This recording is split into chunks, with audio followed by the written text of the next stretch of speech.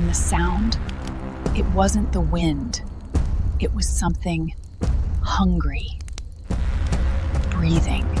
Welcome to Parapausal Campfire Stories.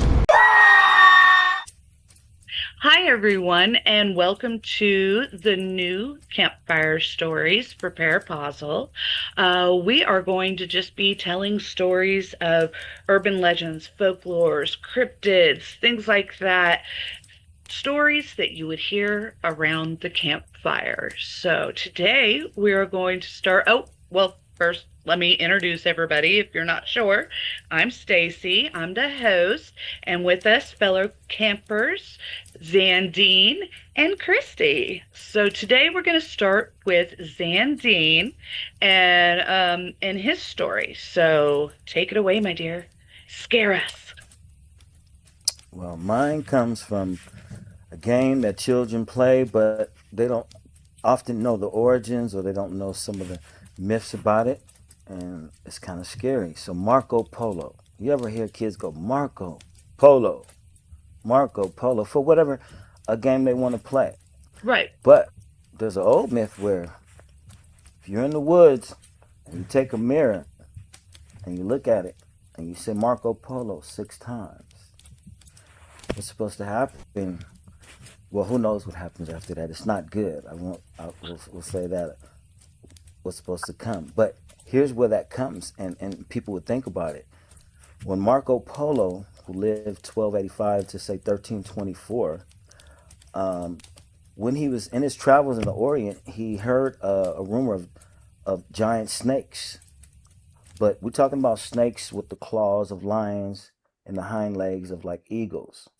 Oh. And he didn't believe it, and he also had four arms, four limbs on the head.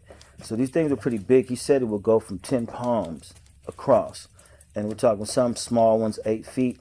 But he said until you see it, and he wrote in his journals that he said these beasts are so fearsome. If you see it, not that you'll be scared to death, but it's like it defied our reality. So he said, I'm gonna have to write about it to let you know what this really is.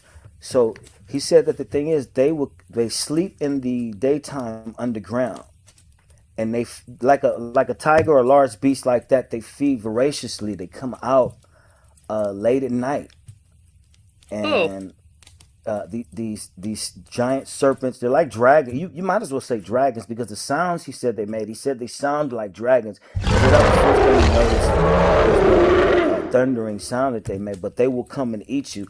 So when they were saying Marco Polo trying to tell him about it, people would get eaten all because they didn't know the rules of when these serpents come out. So when they would come out and eat them, and they didn't just eat people. They would, if it was a lair of lions, they would go eat the lions. They would eat the babies. It was nothing anybody could do about it.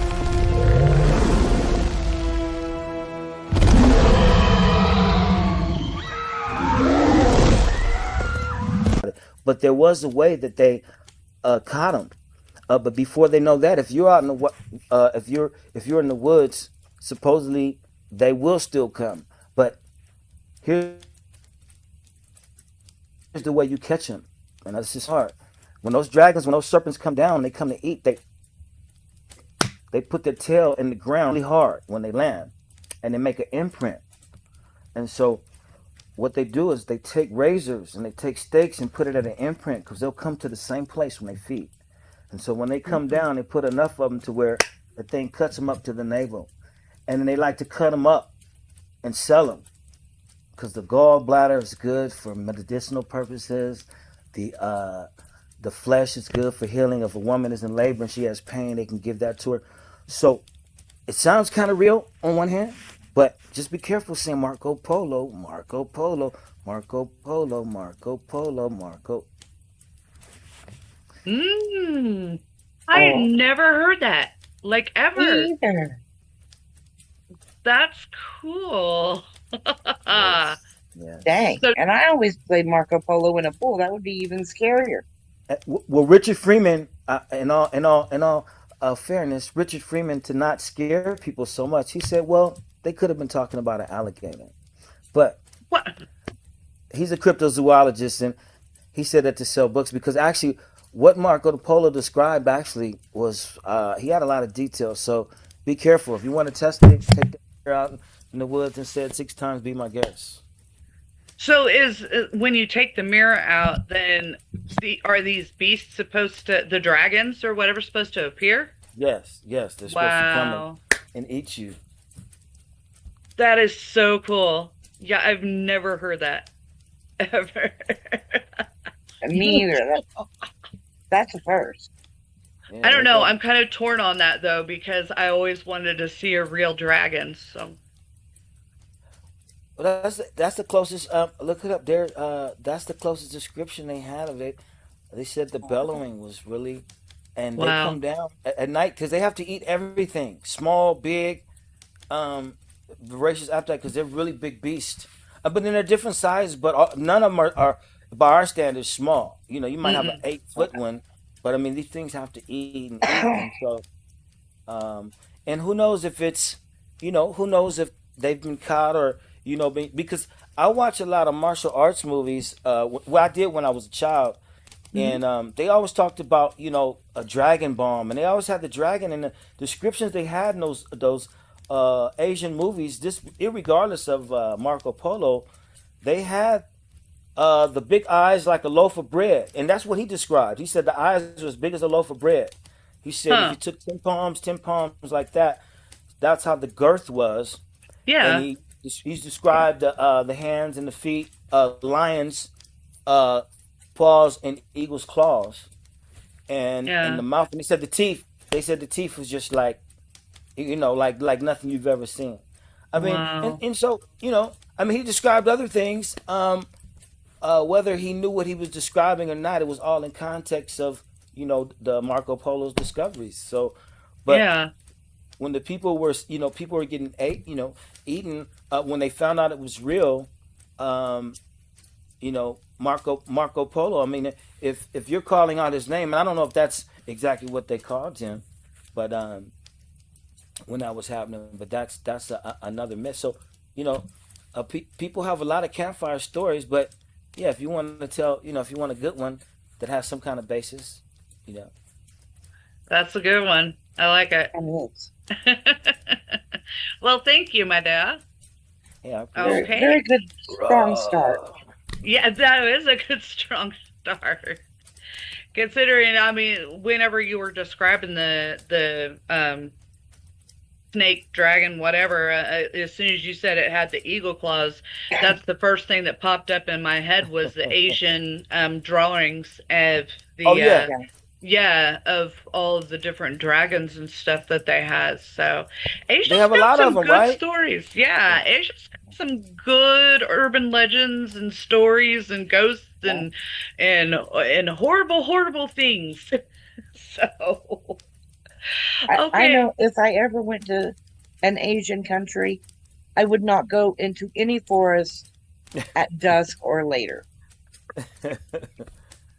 Or any Right, abandoned right, building. Christy. The I know you and I both, right? I mean, not alone anyway. no. I, I got to take somebody with me. But Got to take something, huh? If yeah, I'm gonna die, I'm taking somebody with me. that's right. I want to see the dragon, and what does that mean? I have to get eaten up by it? Yeah, because you don't have to be the fastest. Just have to be faster than the slowest person. So Which is why I have to take somebody with me, or be at the top of the hill, or I can just, lay down and roll. Here you I'm right go. there with you. I'm gonna hop on my walker. All Right? right. So, Christy, your turn. Yes. What do we got? Okay, so as many of you know, the people here, on the panel, I live in an area that has a lot of state parks, a lot of woods, a rich Native American background. Mm-hmm. Uh, there is one particular park that has a lot of hiking trails of all different difficulties, right? Okay. Well, legend is that there's one in particular that goes up by this house. Like one trail? Yeah, one trail Okay. goes up near this house. It's a very difficult trail to begin with. And it's an old abandoned cabin, probably from, when settlers, Mm-hmm. but anybody around the area knows, don't hike that trail. Oh, not alone, not at night. You won't. You'll be. They won't find you. Oh. Okay, maybe I wouldn't. Yeah. And I'm gonna mispronounce this because I don't have teeth, and therefore it is hard for me to pronounce certain sounds Okay. phonetically. That's okay. Rougarou. Aruguru. Yes. Okay, is what happens to be at this trail. Oh. And for a long time, people were, oh, whatever. So people started missing about every 5 to 10 years. And when different people would come investigate whatever, or ask questions about it, it was like, oh, nothing. Don't worry about it. It's just don't go alone and don't go at night. And you'll be fine. Wow. Well, as time progressed, that didn't matter. Mm. If you went during the daytime or if you went at night, didn't matter. If you went alone, if you went with a group of 5, didn't matter. And they found a body. Oh. And the body had slash marks, like from claws. And it also had burn marks. Burn? Like from a chemical burn. And Okay. they kept putting them off as bear attacks, coyotes, wolves, which, again, we've got a lot of cryptids in the area that's a known fact. Mm-hmm. And as I got to know more of the Native American culture side of things in this area, I found out the real story. Okay. It was a family that moved here during, we're going to say, very early 1800s. And they thought they were going to mine gold because they found fool's gold. Mm.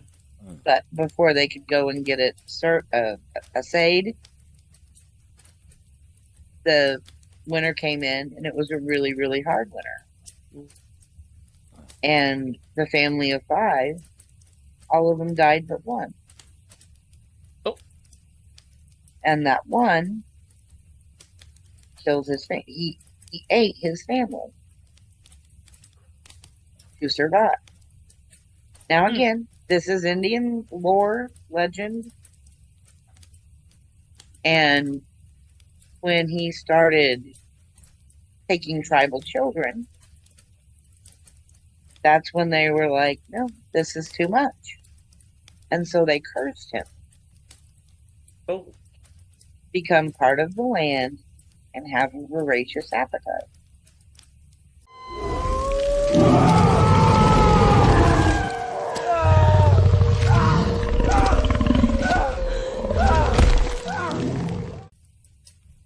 And so, if you're in the woods and you hear whistling, don't go near it.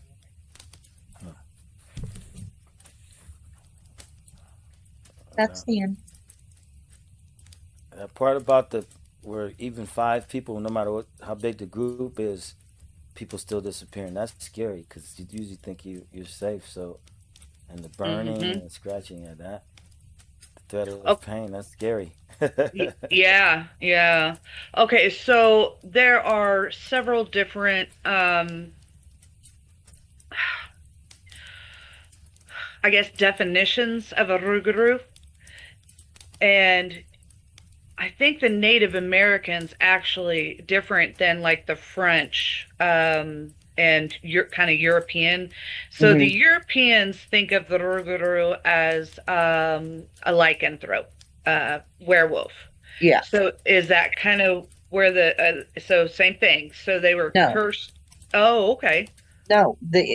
He is, or this, what it has become now Okay. is of bark and branch, Wow. soil, and the burns that are what causes the burns is he's so famished with hunger. He has constant acid, and when he bites you, the acid from his teeth Mm. hits you first. Wow. Yeah, That's messed up. yeah, Yeah, I was gonna say I would have gone and like checked out the cabin if the cabin was still there. I'd been like, yeah, I'll go there. That'd be cool. And then start with that. I was like, no, never mind. yeah. I'm sorry. I'm not gonna push my luck on stuff if it's gonna rip. Yeah, no. And growing up around this area, I really, I love the Native American culture and Oh yeah, just anything to do with any of their kind of stuff, which is kind of ruthless yeah. at some points, because you've got the skinwalker, you've got the elementals, you've got you don't want to mess And around just with and that. the ancestry stuff. Yeah. The ancestors in Native American Mm-hmm. is just as strong as ancestors in Asian Mm-hmm. culture. Yeah, yeah. Don't That is don't mess with that. no, definitely not. Oh my gosh. So, Zandine, have you heard of the Rougarou? And what is your definition of that? You know what? I haven't heard much about that. I saw that in a book by Redfern about monsters, but I just glossed over it. But Mm, Nick Redfern is a good cryptozoologist slash kind of, monster hunter, and he has a lot of good stuff on that. But um, I don't. You know what? Hey, we forgot one category: slashers. When you're in the woods, Yeah. I got a slasher story too for the next time. That actually happened to me and my mother. oh, What that'll scare. I mean, it's real. It's really. It's I mean, it's scary for real. Cause like I just say, when you go to the woods and you go to the cabin and you think everything is all good, because you're far up there and you think like nothing can happen. You need to lock those doors and windows. I can tell you that. Because wow. you never know who's out there, saw Yeah. you go up there and is waiting for you to go to sleep and do something to you for real. Oh yeah, That's what definitely. happened to us. But Oh my gosh. Well, we will definitely get to that one yeah, we'll next. get to. But yeah, but on the crypt on the that this Aruguru, I saw that briefly in a book by Nick Redfern. So people, if I think you might want to check that out to go Definitely. further deeper into it. Yeah, 'cause she that's a good story. And if you're watching this right now, why don't you give us your definition of a rougarou down in the comments so Yes, that we can, I'd love to see what everybody's kind educate of us. Yeah. perspective is on that. All right. So thank you so much. I appreciate that. We got about 10 minutes. So I'm going to go ahead and tell my story if that's okay, but I got to get Ooh, to Yes. my ooh, story. yes, All please. right. So it's actually not too far from here. It's about 4 hours, 4.5 hours. here in Missouri. It's up by St. Louis. It's actually by Six Flags, St. Louis, and it's called Zombie Road. And I love this story. Still contemplating on whether or not I want to go or not.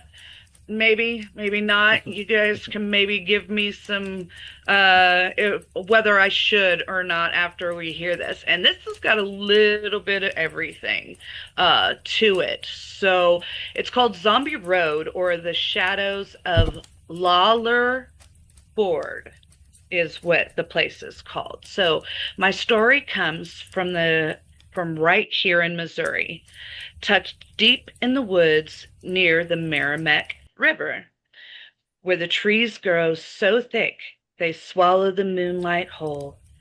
Locals call it Zombie Road, but its real name is Lawler Ford Road, which is a tongue twister. And if you ask the old timers, they'll tell you it's been haunted since it was carved into the earth. The legend begins with the road's original purpose, a narrow, winding path which used to reach the river. Back then, it was just dirt and gravel, barely wide enough for a wagon. People traveled it for fishing, swimming, and sometimes things they didn't want anyone else to know about. But the woods remember everything. The first death on Zombie Road. The earliest story is about a woman named Della Hamilton McCloy, I think is how it is. MCU, anyways, McCloy. And she was actually, unfortunately, which is horrible, struck and killed by a train near the road in the early 1900s. Some say she still walks the tracks at night, searching for her lantern she dropped moments before she died. Others swear they've seen her drifting along the trail, her dress torn, her face pale, her eyes reflecting the moon like two silver coins. But Della is only the beginning. The road watches. As the decades passed, Zombie Road became a place teenagers dared each other to visit. We got plenty of places like that around here, huh? Oh. They'd park at the entrance, walk into the darkness, and swear they felt someone following them. Not footsteps, not breathing, but a presence, a pressure, like the woods themselves were leaning in. People started reporting shadow figures, not ghosts, not people, but just shapes. They're tall, thin silhouettes that stood just beyond the tree lines. Sometimes one, sometimes several, always still, always watching. Some would peek out from behind the trees. So you're thinking shadow creatures that just watch you the entire time you're there. And if you turn your back on them, they moved. So, yeah, there's where I'm kind of running into the problem on whether or not I actually want to go visit this place. In the 1950s, rumors spread about a man who lived deep in the woods. Now, you're talking about serial killers, a recluse who hated trespassers. Some said he carried a shotgun. Others said he carried something worse, like an axe or a machete. A few claimed he killed more than one person who wandered too close to his shack. The shack is gone now, swallowed by the vines of time. But hikers say they still hear knocking in the woods. 3 knocks, always 3, as if someone or something is warning them away. Now we've got the Shadow Man, the most famous entity on Zombie Road. is known simply as the Shadow Man. Paranormal investigators have captured him in dozens of photos. A tall, black figure with no face, no features, no edges, just darkness shaped like a person. He appears behind hikers, beside trees, or standing in the middle of the trail. One group of investigators say they saw him at the bottom of the hill. He didn't walk, he didn't run, he glided fast towards them. They fled, but the photos they took show him getting closer in every frame. The night the woods woke up, the scariest story comes from a couple who visited Zombie Road after sunset, something locals strongly advise against. They walked about a mile in, listening to the crickets and the river. Everything was normal until the woman felt a cold hand wrap around her wrist. She screamed, thinking her boyfriend had grabbed her, but he was 10 feet ahead of her, frozen, staring at something behind her. She turned, and a shadow figure stood inches away. No face, no sound, just a shape darker than the night around it. Then the woods erupted. Footsteps, whispers, branches snapping, something rushing through the brush. The couple ran, chased by the shadows. They flickered between the trees like living smoke. When they reached the car, the woman's wrist was bruised. Finger marks, human size, ice cold. Why the legend lives. Today, Zombie Road is paved trail. Family friendly, sunny, peaceful, but the legend hasn't faded. People still report figures following them, voices whispering their names, cold spots that move, photos showing silhouettes that weren't there before. And everyone agrees on one thing: Zombie Road is different at night. The shadows feel heavier, the silence feels deeper, and the woods feel aware. If you go after dark, locals say you won't walk it alone. Something will walk with you, just behind you, just out of sight, waiting for you to turn.